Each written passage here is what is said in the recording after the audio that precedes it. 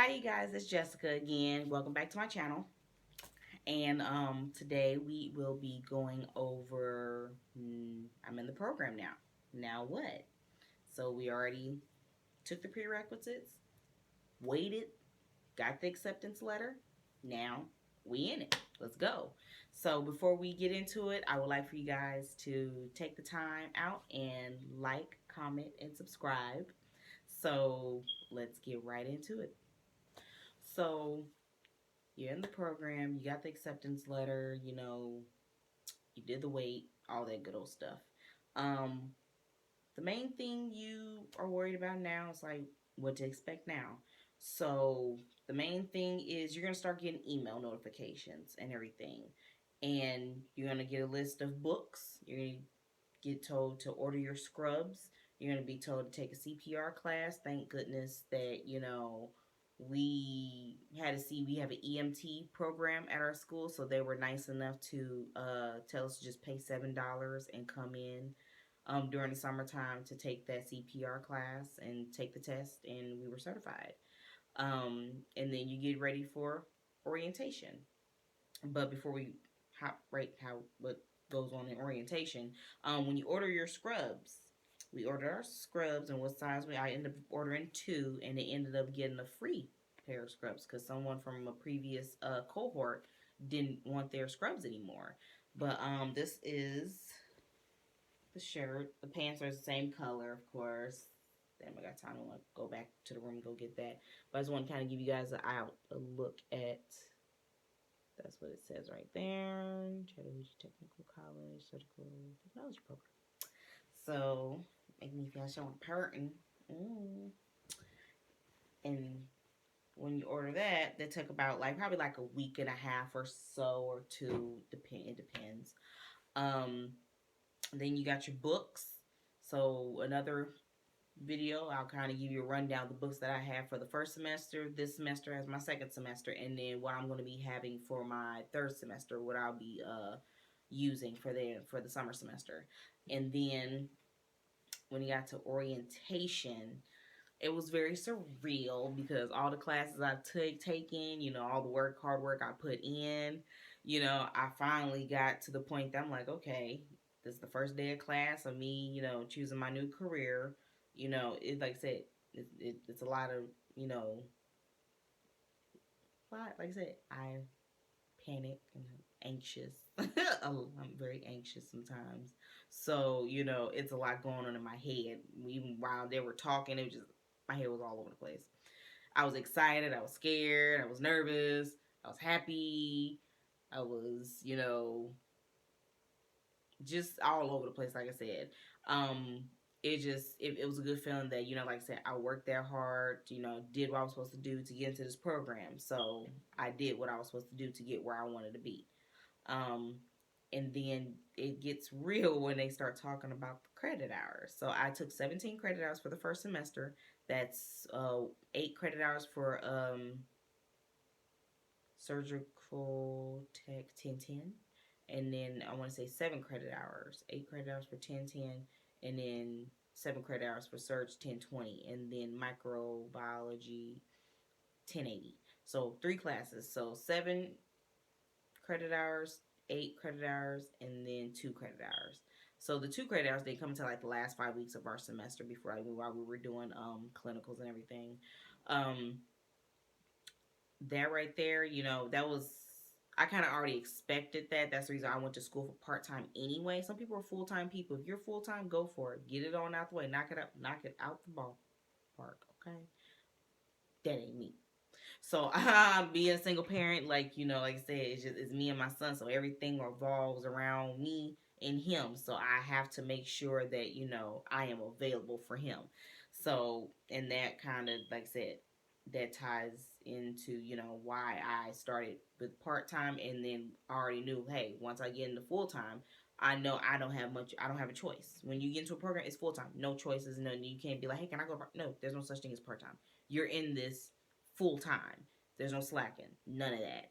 And now that like I said, I have more of a schedule with my son, it's a lot easier. And then what ties into, having a child is childcare.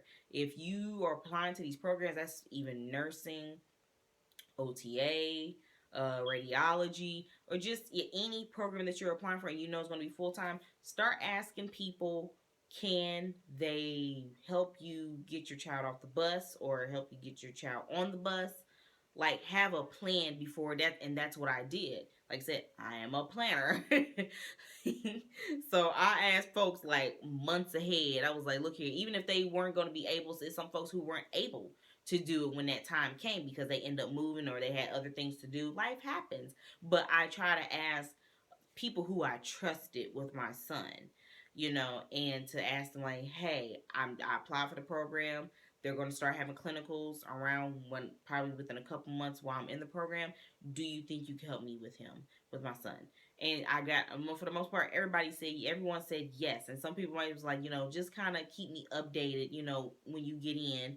We'll see. I can't say yes. I can't say no, and which was okay with me because I'm not gonna get mad. If you can't, if you can't, you can't. It's all right. No hard feelings. So childcare, definitely look into childcare. That goes for even if you do have a spouse. Like, so you guys can kind of rotate and kind of tag team it. I'm tag teaming it by myself. I mean, for the most part, I did have my best friend here, so that helped me out a lot for my first semester. So she just moved out like technically like right just like a month after this second semester started. So thanks to her, I was able to get through my first semester, and I had a couple of neighbors here that helped me out here. So that was great, and it still is. But yes, plan ahead, kind of have an idea if when you get to these when you trying to apply for these programs, make sure you think about your baby if you are a parent. To make sure that this transition goes smooth for them also, because they're kind of going through this with you. It's a lot for them. They're seeing mommy or daddy doing a whole bunch of homework just like them. They don't know, they don't understand. Some do, some don't. And some aren't, able to be so independent. Mine, he's 9 years old. He's a little independent now. He look here, he could heat some stuff up in the microwave. I make him, dinner the night before. We'll have leftovers. He knows how to do things by himself. Some things he might need a little help with, but for the most part, like, hey, he got it. And then, like I said, my best friend was here. If I wasn't able to do it, she did it for me, and I appreciate that so much because it was just nice. I was just like, look here, I was tired. And she'll cook dinner and everything. So that helped me out so much to make sure he was okay. Um, the next thing that ties into that, just being a parent, you have to provide working. So my best friend, she was able to, work here and there, have little gigs and everything and like that. And my mom, I'm a mommy's girl. So, my mom helped me out. So I appreciate that too. And I have, like I said, other friends and family who knew that, I sacrificed, not working to be in this program, and they understood what I'm trying to do. They understand. I understand. They still do understand what I'm trying to do, and they got my back. And they, like I said, I love them all for that. So working, like I said, I couldn't really work because, like I said, I didn't even have really any transportation. I mean, I did Lyft for a little bit, but Lyft, that was hard to do when you got off of clinicals from 6 in the morning. You're in clinical from 6 to 2 o'clock in the morning. I mean, to 2 o'clock in the afternoon. Excuse me. So from 6 a.m. to 2 p.m., I'm in the OR rooms. I'm standing. And then I end up getting a little lift car. That kind of helped out just for a little bit. But you gotta do 20 rides or make up to $250 to pay that car off, and then get your money's worth out of driving all over the place. That was too much for me. So I gave the car back. And I was like, look, we're going to be starting back at square one. I'm just going to fix my dang old car up. No one has time for this. So transportation, that's what locked into that too. So the reason why I ended up doing it is because I needed the transportation and I got approved for Lyft. So that helped me. That helped my transportation for the first 5 weeks of my clinicals and everything going into December, right before the semester had ended. So that helped me out a lot. But working, like now I do shift a little bit, so I don't work a lot, especially during this time of quarantine. I try not to be outside too much. I try not to do too much. So like I said, I do the hand sanitizer, wash my hands, have gloves, wash myself up when I come in, when I come back home. So working, if you can find a job that's flexible for you while you're in this program, hey, you winning. Okay. Some people are able to get that. Some people aren't able to get that. So if you're able to get a flexible type of job that works with you and you still can have time to study, you still have time to, be at home, with your kids, family, spouse, boyfriend, girl, whoever, what I'm saying, you can make it work. Believe me, you can. And then studying schedule. So when you in the program, you gotta know you're studying the way that you study to help you make your A's and your B's to make sure you pass. And me, I'm audio, and I'm also hands on. I'm visual and I'm hands on, so I can see you do it a couple times. Kind of keep on doing it, and I do it a few times myself. I eventually catch on. But when it came to lecture, look here, can't nobody write that damn fast, okay? I can't write that fast. I can't. I can't. She'll be in class, saying a whole bunch of stuff, and I'm like, I didn't catch none of that. And then I got my moments. I'm saying like, I zone in and out sometimes, so I record. So that helps out so much. If you are that person that you can't write that fast and look like chicken scratch when you get done, or two, you just you can't you there but you're not there. Record your lectures, please, because that is going to help you in the long run. You can always come back home. Like what I would do, I would come back home maybe that day. I may not listen to the lecture that same day, but like on the weekends I'm not doing anything. So Saturdays, Sundays I'm free, so I'm cooking, cleaning, just doing little things. And or two, I might, like I said, I have free time. I might hook my phone up to the speaker and I just let it play out loud. Or two, I might have my headphones, so that helps out too. Just find your way of how to do your studying, of how what time best works for you. Me, it was like afternoon ish, at least up until after my son went to sleep. I could still study when he's up, but like I get mom this, mom that, mom this, mom that, mom that, mom, did you know? And I'm like, I can't concentrate.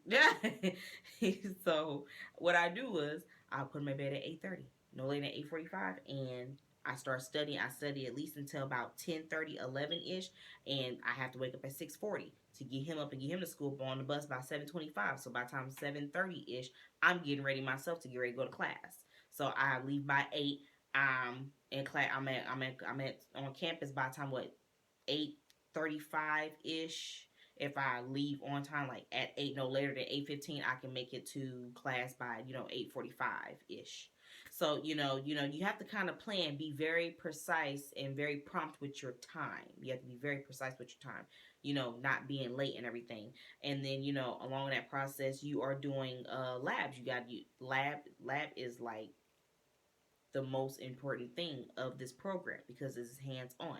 You need to know your aseptic technique and how to keep things sterile. So that's what you're learning, of the whole now what, like what do you expect? So I hope that helped you guys. Definitely, like I said, like, comment, subscribe, and I will greatly appreciate it. I hope you guys have a lovely day.